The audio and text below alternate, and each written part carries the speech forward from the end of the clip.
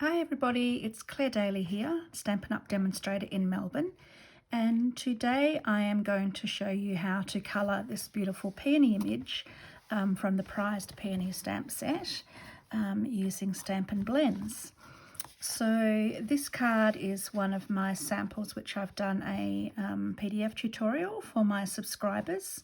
So if you subscribe to my weekly emails, you will receive a free tutorial in each one. So sometimes I include video in the tutorial, and this is one of those times. So I'm going to show you how I've coloured this image. Because I'm using Stampin Blends, I'm using Memento ink, and this is my thick Whisper White cardstock. So we'll just stamp our image. Don't worry about the orientation being a little bit different there. We turn it around that way, be looking the same. Okay, now with the Stampin Blend alcohol markers, these are fantastic for blending. So the colours I'm using today, I'm using light and dark purple posy. So even though we don't have a purple posy stamp pad, we've actually got these beautiful alcohol markers which work really well in purple posy. And I'm also using the Highland Heather light and dark, so the combination as well. So you can see the difference in the colours there. Nice graduating colours. And I've also got the Mango Melody Dark for the centre. I'm not quite sure actually on this one if I used Mango Melody or Daffodil Delight, but it'll be fine to use Mango Melody. I find it useful to just do parts of the image at a time, and I find it like using a bit of a feathery effect in the lightest colour to start with. Now this actually comes on very pink, but when it dries, this is the light purple posy, when it dries it's actually much bluer. So cover a small area in your lightest colour and then come in with some of the darker colours and be putting those where there'll be some shadow.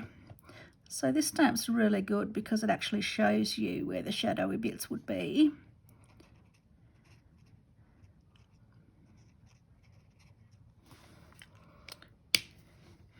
And then I didn't use the dark Highland Heather, but I have used the light, so I'll come in even, pop a little bit of that just in the very crease section,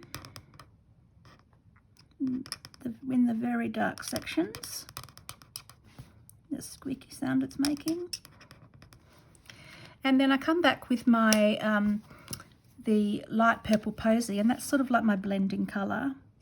So I just use that to actually blend out those colours a little bit so that you don't get those lines showing. I find when you're colouring with Stampin' Blends, it's good not to go right to the edge. That actually helps with the decreasing the bleeding. And the reason that I work in small sections at a time is that that keeps the area that you're working with wet, and so it allows you to blend more easily. So I'll have a look at that after I've done some more and see if I need to add some more shading. So we just sort of build the colour up as we go. So I'm going back and then I'll do some more areas here with the light purple posy. So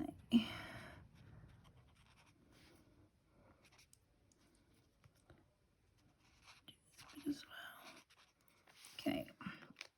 So then I'll come in with the dark purple posy. I'll put that one at the side, which is this one. Put in some of those. So going over those areas where the stamp is more shaded and where there would be a bit more of a darker area. So probably going about 1/3 of the way up perhaps.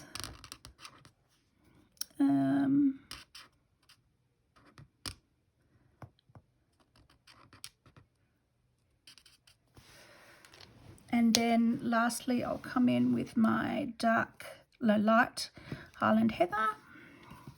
Should keep those two apart really, shouldn't I?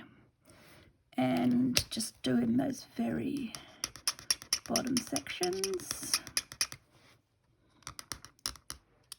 or those very darker sections.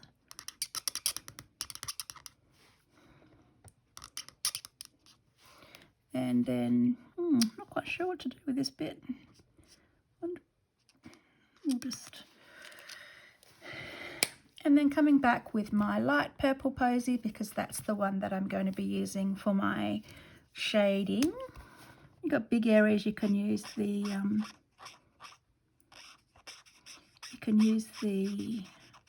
large end, the wider tip end versus the smaller end. But when you've got smaller areas, you want to, like that's getting a little bit small, I might use the smaller end here. And just blending those colours together. So what I might do here, because I'm actually looking for a little bit more variation in the colour, I'm actually going to come in and do a little bit darker, I think. So I have actually gone to the dark Highland Heather. I did this card a little while ago, so I couldn't remember which card, whether I'd used the dark or not, but I do think that I might have by the look of how this is looking. So I've just gone in those really dark areas to put the darker colour, and then come back with the light purple posy, which is always the last one I find, and blending that colour up a little bit more. Gosh, I love purples. They're pretty, aren't they? I love colouring too. It's so therapeutic. I could sit here all night and just colour and colour and colour, and then worry about putting the cards together later.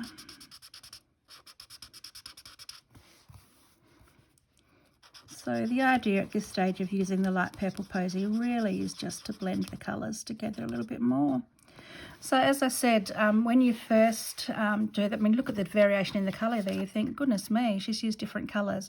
But I honestly haven't. It's just that when it first goes on, before it dries properly, it actually comes out quite pink, but then it does dry to the more subtle colours, or the bluer shades of the colours. So the other thing is then just coming in here and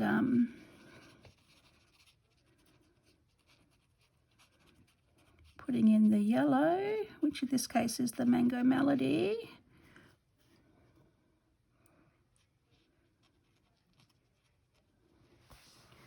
There you go. So I'm not going to do the whole flower because you get the idea from what I'm doing there. And hope you have lots of fun colouring in your peony. And all of the instructions for making the rest of the card are on the PDF tutorial. If you're watching this video and you didn't actually weren't a subscriber before you watched, feel free to contact me using my contact details below, and ask if you could have the PDF for this card, because I'm more than happy to send it to you with all of the measurements and just everything else that I did. Relatively simple though, embossed front with the dainty diamonds. I've used the new banner Picker Punch that's coming on August the 4th, and as I said, just an example of colouring with blends. So thank you very much for watching, and have a great night, and all of the details will be in the comments below the video. Thank you very much for watching.